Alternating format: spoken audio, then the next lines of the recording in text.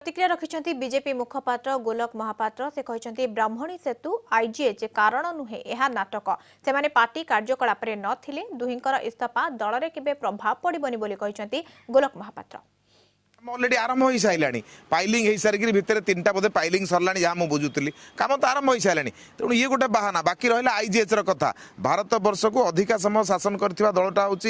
कांग्रेस दल शासन कर 50 वर्ष ऊर्ध्व समय धरी से शासन कर बंधु मैंने से विभिन्न दल साथी संपर्क करते दिने पार्टी फिटे ओडिशा रे 3टी हस्पिटाल होता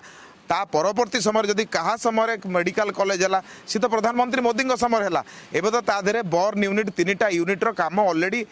दिया सरी जाए टेंडर दि जाए घर तैयारी हम कम हम तापर तो जाकर हम ये गोटे पारदर्शी सरकार जितेबाला एक केस को सरकार 60-40 करने राज्य सरकार सागर केंद्र सरकार प्रस्ताव देले से तो दिनटे बसिक कले राज्य सरकार ना करदे ना आम करूँ ना बोली से तो दिने गले तेणु ये सब आज्ञा गोटे गोटे नाटक प्रकृत में ब्राह्मणी सेतु कारण नुह आईजीएच कारण नुह कहीं हूँ तो कम कहीं विरोध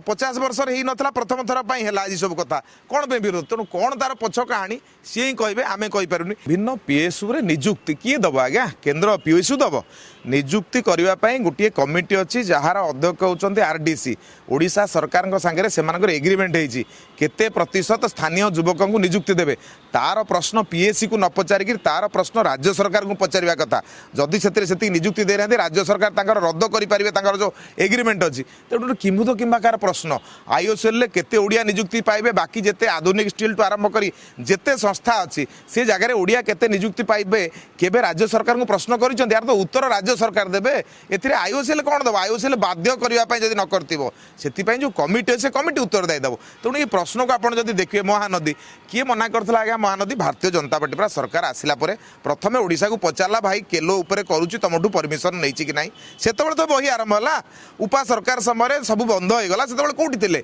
निजे जल संपद मंत्री थे कौन एक्शन नहीं कराइला जॉइंट कमिटी कराइला करने तेणु देखो खाली कहवाई टीवी मीडिया रे कहीकि स्थान नवा छड़ा ओडिशार विकास दिगरे कौन भूमिका अच्छी मत कहतु भारतीय जनता पार्टी भली पारदर्शी सरकार आज पर्यंत नाला मुझे उदाहरण देली कौ क्षेत्र आपड़ कहे सबू क्षेत्र में भारतीय जनता पार्टी सरकार ओडिशा को पूरा एते भल भाव में देखी रेलवे रे 5,000 कोटी जगह 20,000 कोटी अर्थ कमिशन रे 100% 116% अभिवृद्धि जातीय राजपथ रे दिने पार्टी फिटे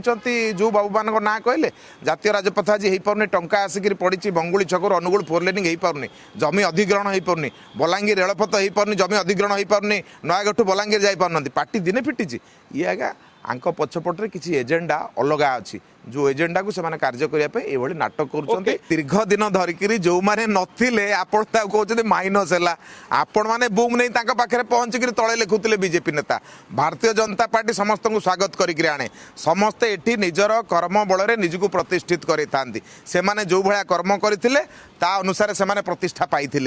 एवं दीर्घ दिन धरिक केवल से बंची आपण पाखे ये पार्टी भितर तो नथिले तेणु फरक कौन काली कौटी थिले जे